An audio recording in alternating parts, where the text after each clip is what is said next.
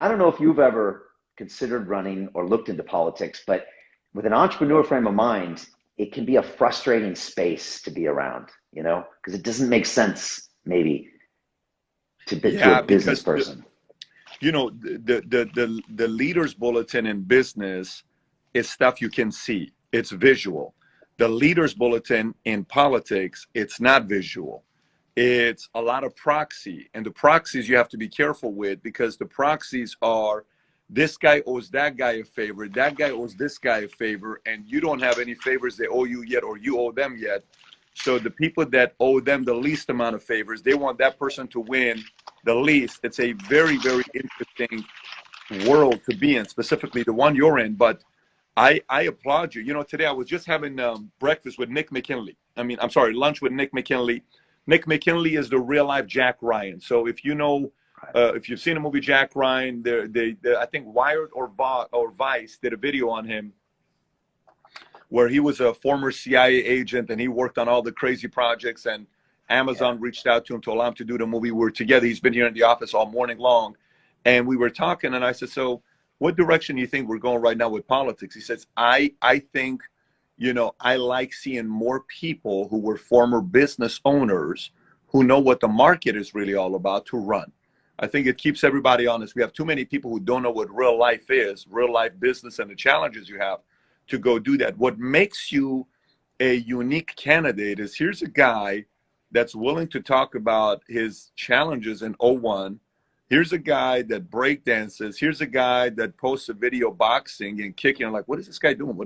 What's he doing? Here's a guy that shows pictures with him and his kids. Here's a guy that interviews the most weird, random. One day it's a bodybuilder. One day it's a Marine. One day it's a social media influencer. One day it's an entrepreneur. One day it's a former criminal. Where is he going with this? But if there's one thing that's very obvious about you, is you're extremely detailed.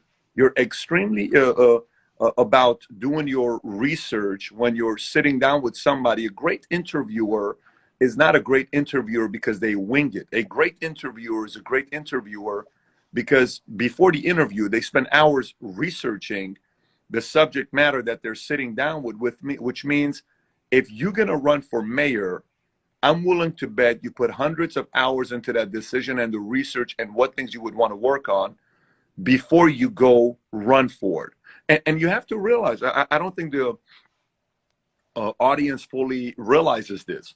Anybody can, not anybody, it's easy to go be a mayor of a city with 5,000 people.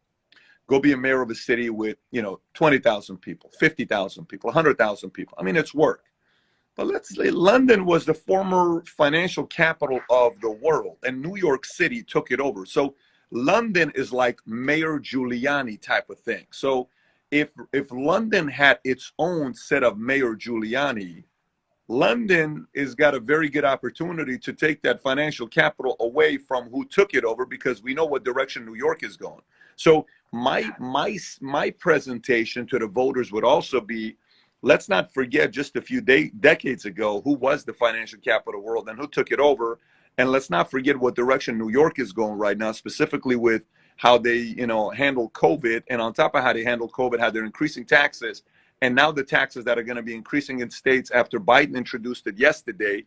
And the Senate has to still vote for it, where they want to raise corporate taxes from 21 to 28.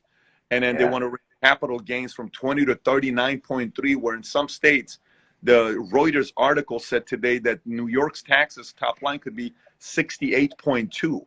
But let's just say it's a 60% number we're talking about. A lot of people are going to be leaving New York, just like they already have. $400 billion of wealth has left New York the last 12 months. This is articles that I think it was even a New York Times article.